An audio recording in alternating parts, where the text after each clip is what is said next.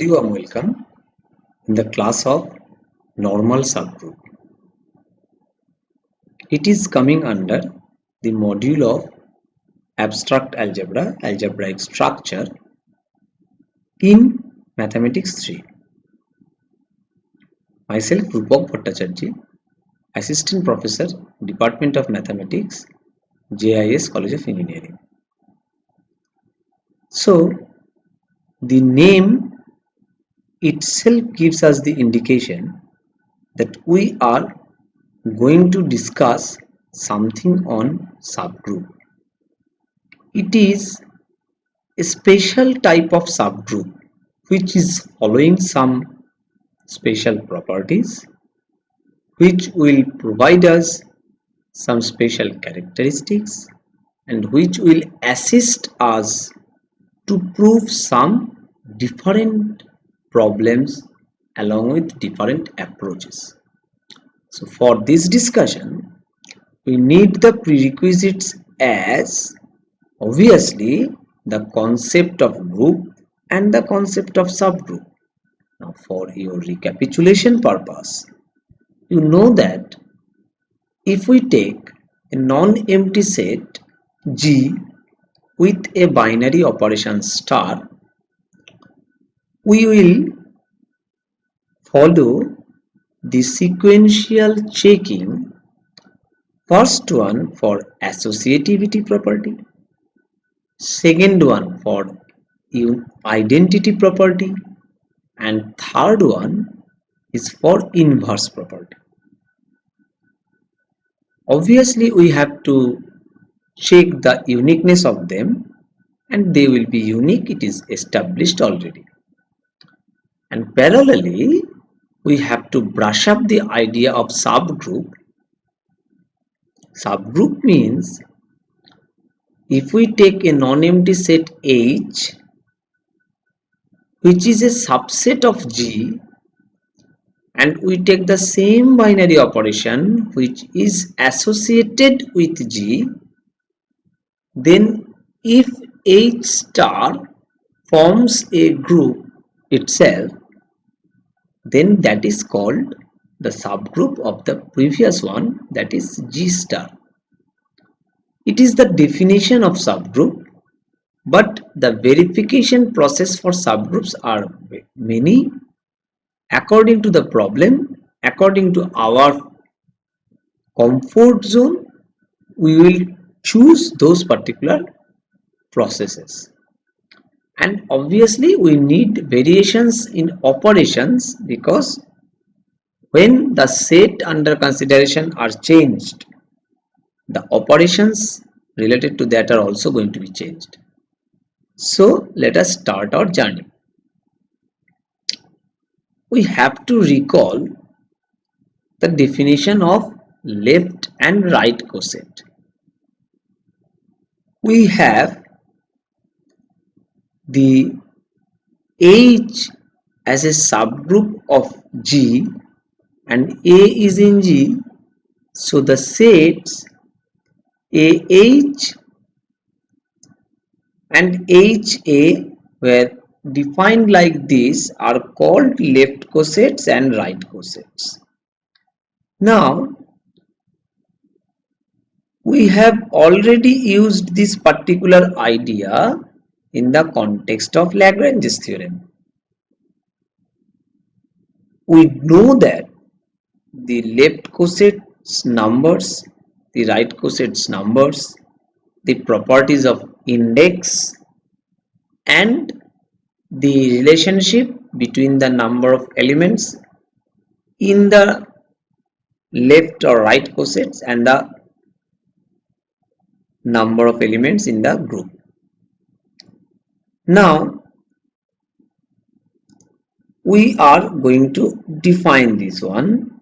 This definition gives us that we are taking G be a group. After that we are also considering H is a subgroup. Up to this they are okay. Now when this subgroup is specially termed as normal or invariant subgroup of G, if AH is equal to HA. What is AH? AH is your left coset. And what is HA? HA is your right coset. So when you are getting your left coset is equal to right coset, then you are getting one conclusion that you most probably reach to the normal subgroup. So this is the story behind this one. And obviously from definition of normal subgroup, it follows that for any group G, the G itself and the singleton set containing the identity element along with the prescribed operation will construct normal subgroups of G. So now we proceed further. What we see, there is a theorem that if we take H is a subgroup of G, then H is a normal subgroup of G. The necessary sufficient condition is that for all A in G, A H A inverse will be is in H. So this is the context of H, and suppose this whole thing is your G. So if you take A from here, A inverse will be also here, then A H A inverse gives you the element which is present in H, and A H A inverse, if you take capital H, it will be a subset of H.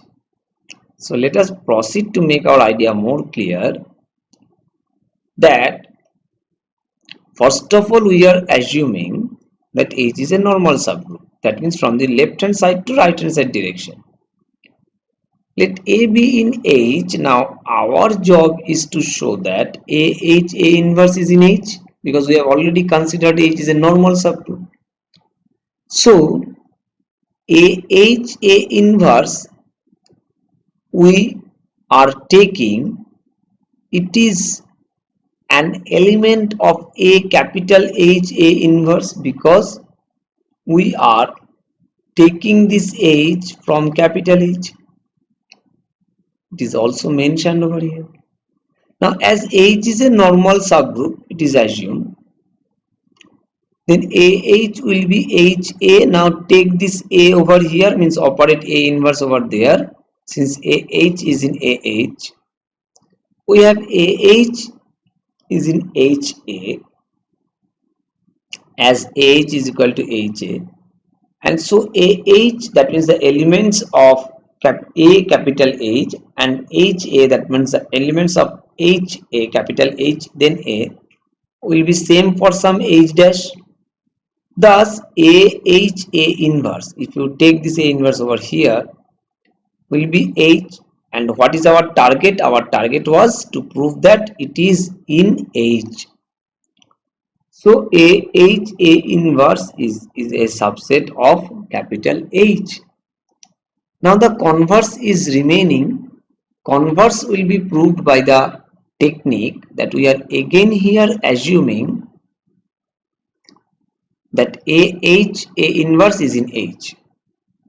Now we have to show that it is going to be a normal subgroup. That means our job is to show that AH will be is equal to HA. How to prove it? Now we are taking AH from A capital H. Then AHA inverse will be an element of A capital H A inverse. So if it is so, then AHA inverse will be is in capital H, because it is taken as the subset of capital H. So AHA inverse, if is in capital H, it will be having a form of is equal to H dash.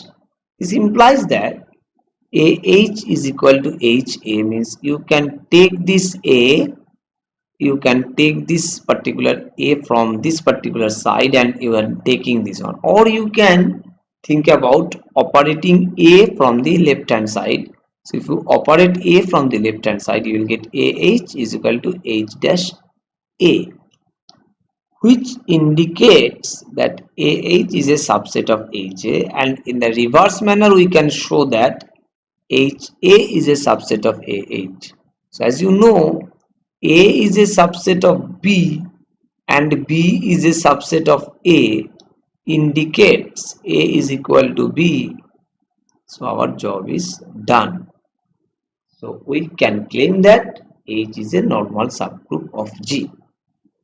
Okay. So now we will proceed for the problems related to normal subgroup. Now for this one, we are having first of all one property, that is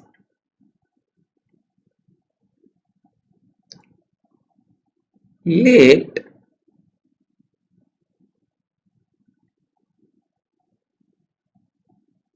H be a subgroup of a group G,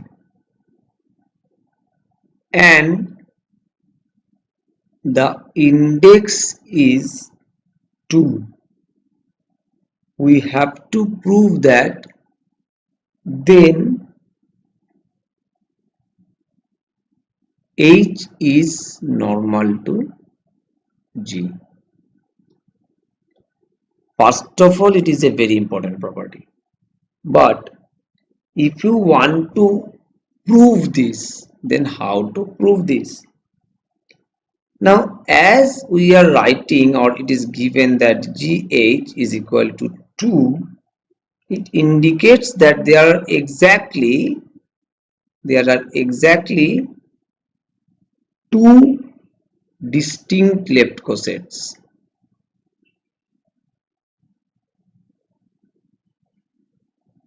Clear?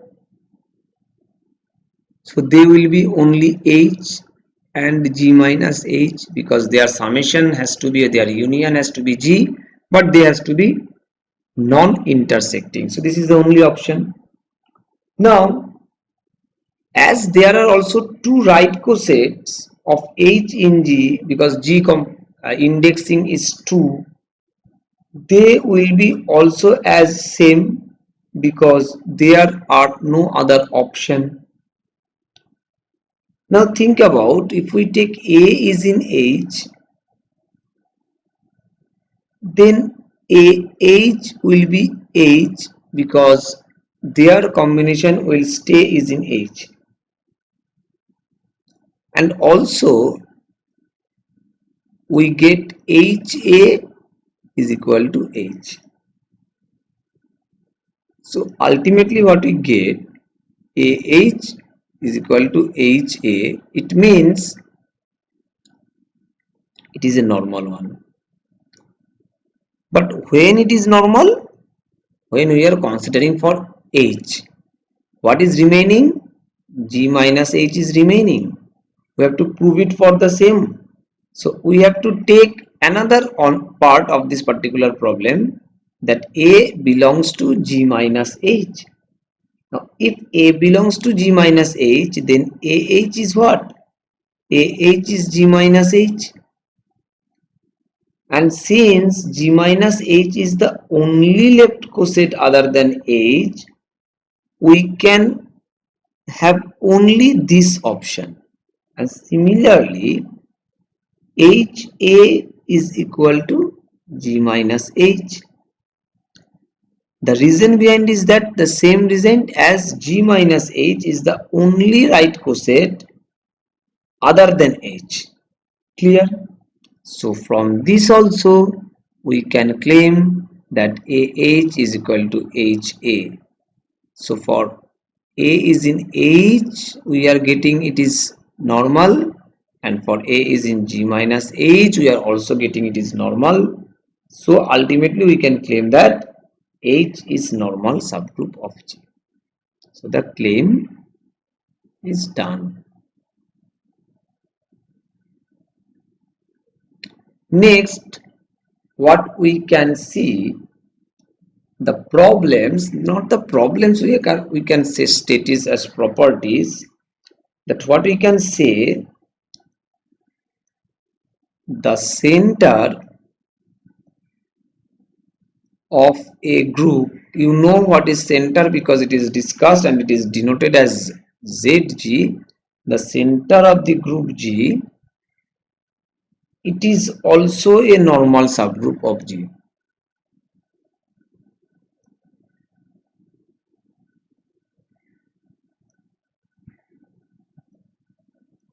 Clear? If you want, it is a very small and simple proof. You can prove it by your own. So I am keeping it for you. And obviously, if you have any problem, you can contact with me. And finally, what we are trying to say, that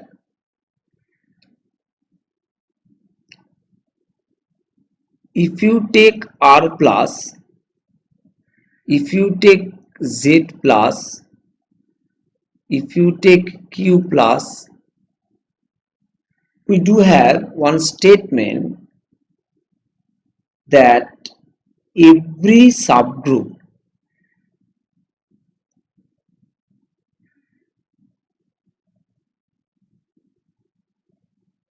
of a commutative group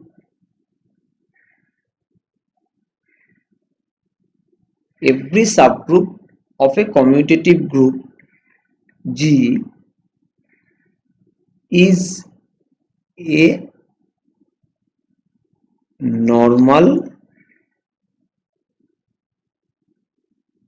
subgroup of G. So where we are going to use it? As we know, R plus is a commutative group,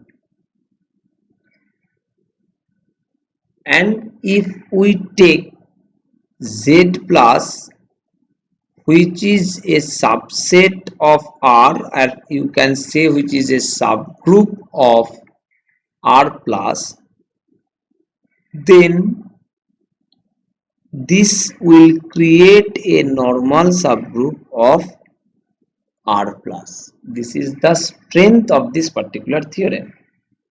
And another statement also I want to share, that the intersections of two normal subgroups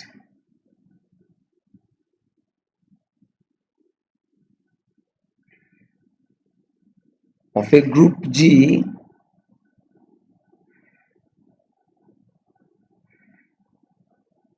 is again normal to G.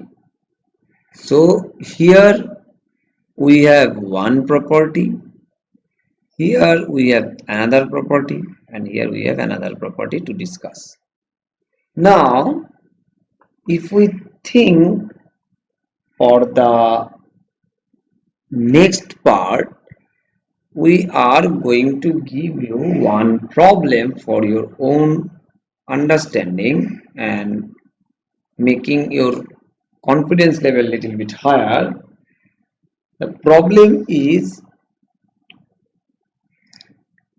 S L N R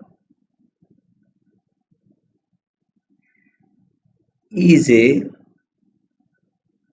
normal subgroup of G L N R. You know, it is discussed. What is SLNR?